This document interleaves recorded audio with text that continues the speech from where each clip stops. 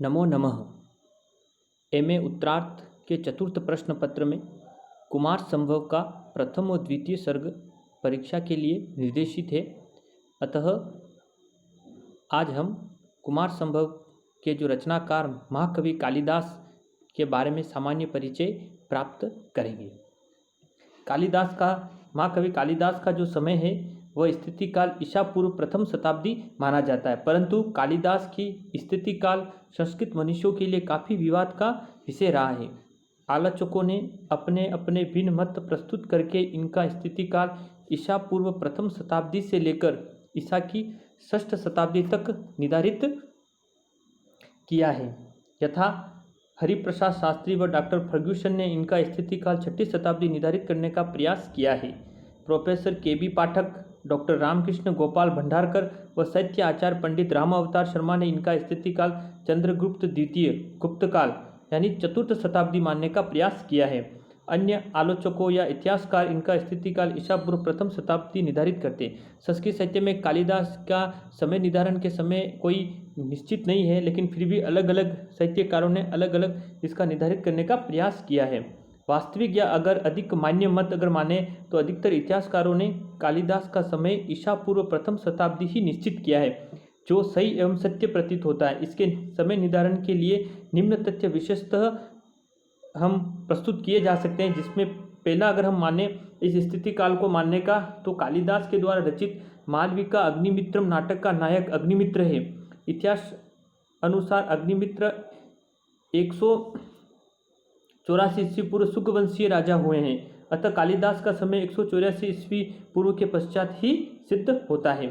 दूसरा अगर तथ्य देखें तो संस्कृत साहित्य में बाण भट्ट सर्वप्रथम ऐसे कवि हुए हैं जिन्होंने स्वयं अपना परिचय प्रस्तुत किया है। कादम्बरी जो हमारे इसी चतुर्थ प्रश्न पत्र है जिसमें है ना, कादम्बरी के रचनाकार है महाकवि बाण भट्ट।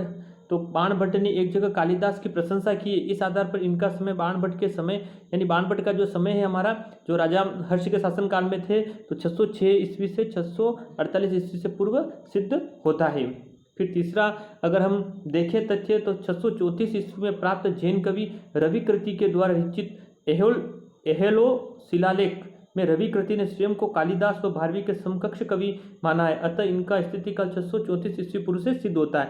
यानी जो जैन कवि रवि कृति है, जिनका एहोल शिलालेख में रवि कृति ने स्वयं को अपने स्वयं के उस अहेल शिलालेख में बताया है कालिदास और भारवी के समकक्ष माना है, अतः इनका जो समय काल है वह 634 ईस्वी सिद्ध होता है।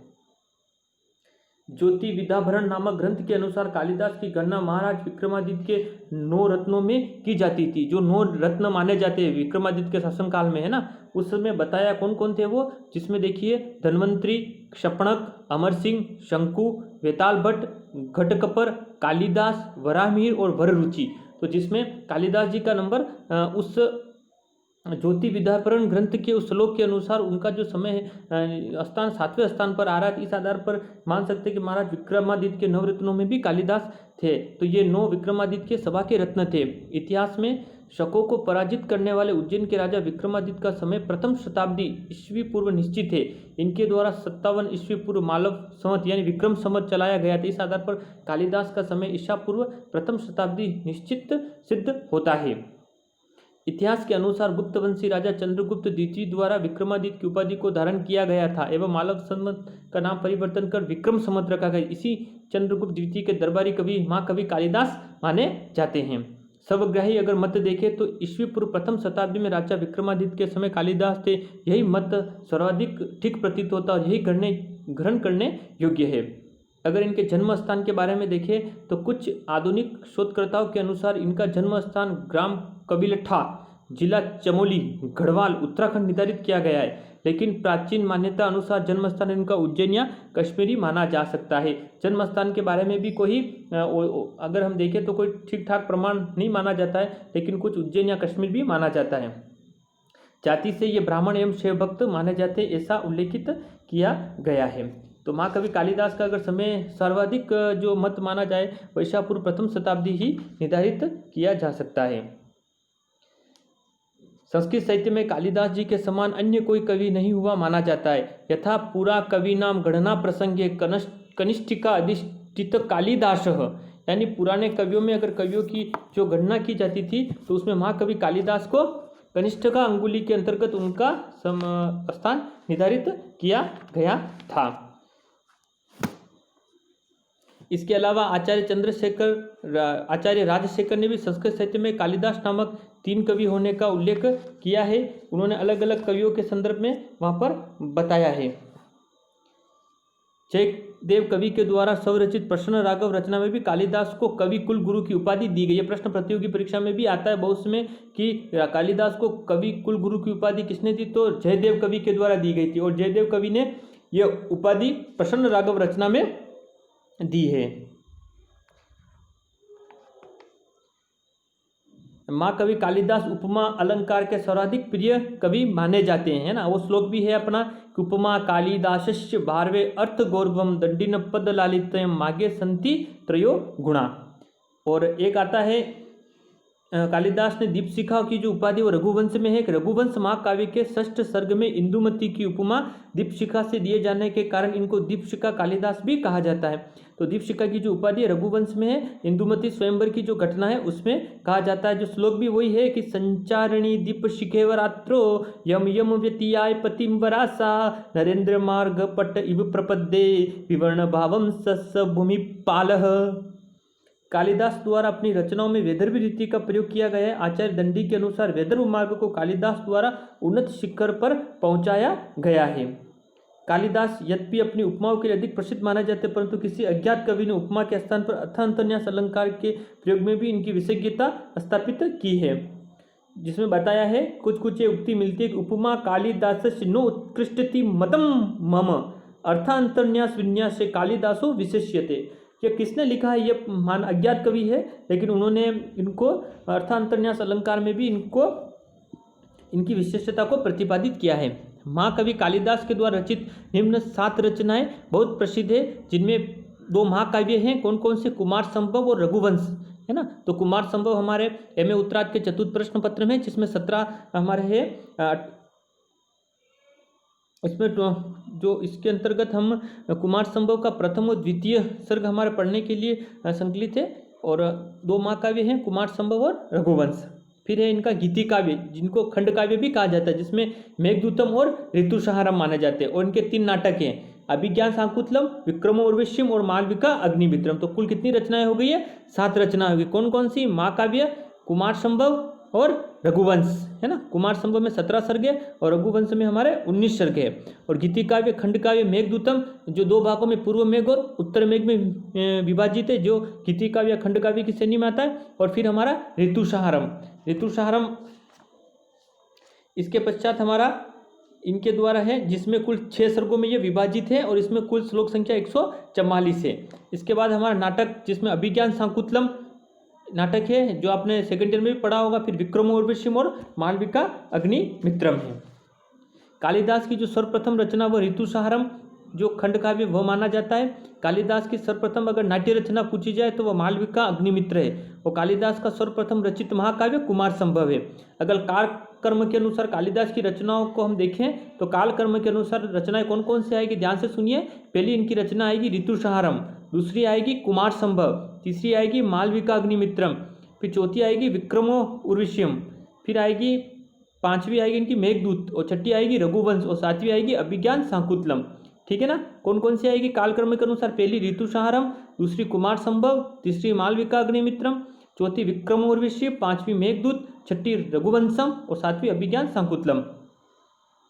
संस्कृत साहित्य की लघुत्रयी, यानी संस्कृत साहित्य में जिस तरह से बृहत्त्रयी का उल्लेख किया जाता है, जिसमें 3 काव्य किरातार्जुनीयम, भारवी की रचना, शिशुपालवध माघ की रचना और निषिद्धि चरित्रम श्री हर की रचना, उसी प्रकार संस्कृत साहित्य में कालिदास के द्वारा रचित निम्न 3 प्रसिद्ध रचनाओं को संस्कृत साहित्यिक जगत की लघुत्रयी कहा जाता है, जिसमें आते हैं पहला हमारा रघुवंश, इनका दूसरा कुमार संभव और मेघदूत। अगर पूछा जाए कि लघुत्रयी में कौन कौन से रचनाएं आती है, तो रघुवंश जो महाकवि कालिदास के द्वारा रचित है, तीनों ही रचनाएं, तो रघुवंश, फिर कुमार संभव और मेघदूत।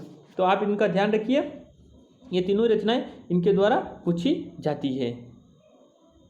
अब थोड़ा कुमार संभव का सामान्य परिचय देखते हैं। तो कुमार संभव में कुल 17 सर्ग हैं। हमारे एमए उत्तरार्ध के चतुर्थ प्रश्न पत्र काव्य गद्य एवं पद्य में सिर्फ हमारा प्रथम और द्वितीय सर्ग ही परीक्षा के लिए निर्देशित है। तो लेखक आपको मालूम ही है कालिदास जी है, काव्य स्वरूप ये महाकाव्य की श्रेणी में लघुत्रयी में सम्मिलित है। इसमें कुल 17 सर्ग हैं। यह प्रश्न बड़ा ही विवादास्पद है। कुछ इतिहासकार इसके प्रथम 8 सर्गों को ही कालिदास के द्वारा रचित मानते हैं। शेष 9 सर्ग किसी अन्य कवि की रचना मानी जाती है। संस्कृत महाकाव्य में सुप्रसिद्ध टीकाकार श्री मल्लिनाथ जी ने इस महाकाव्य के प्रथम 8 सर्गों पर ही संजीवनी टीका लिखी थी। यानी ऐसा माना जाता है कि जो इसमें 17 सर्ग है तो इसमें 8 सर्ग तक ही महाकवि कालिदास के द्वारा रचित है। शेष 9 सर्ग किसी अन्य कवि की रचना मानी जाती है। और जो प्रसिद्ध जो टीकाकार जो मल्लिनाथ जी है, इनकी इस महाकाव्य पर कौन सी टीका मिलती है? संजीवनी टीका मिलती है। इस प्रश्न को भी ध्यान रखिए। 7 संपूर्ण टीका है और 1 दूषित है। मल्लिनाथ के पूर्ववर्ती अरुण गिरिनाथ है ना, अरुण गिरिनाथ ने भी 8 सर्गों तक की भी टीका लिखी थी। इनके पूर्ववर्ती मल्लिनाथ जी के एक टीकाकार और है जिनका नाम है अरुण गिरिनाथ है। इन्होंने भी 8 सर्गों तक की टीका लिखी थी। इसके सभी 17 सर्गों पर सब प्रथम संपूर्ण टीका श्री सीताराम भट्ट प्रवणिकर के द्वारा लिखी गई थी।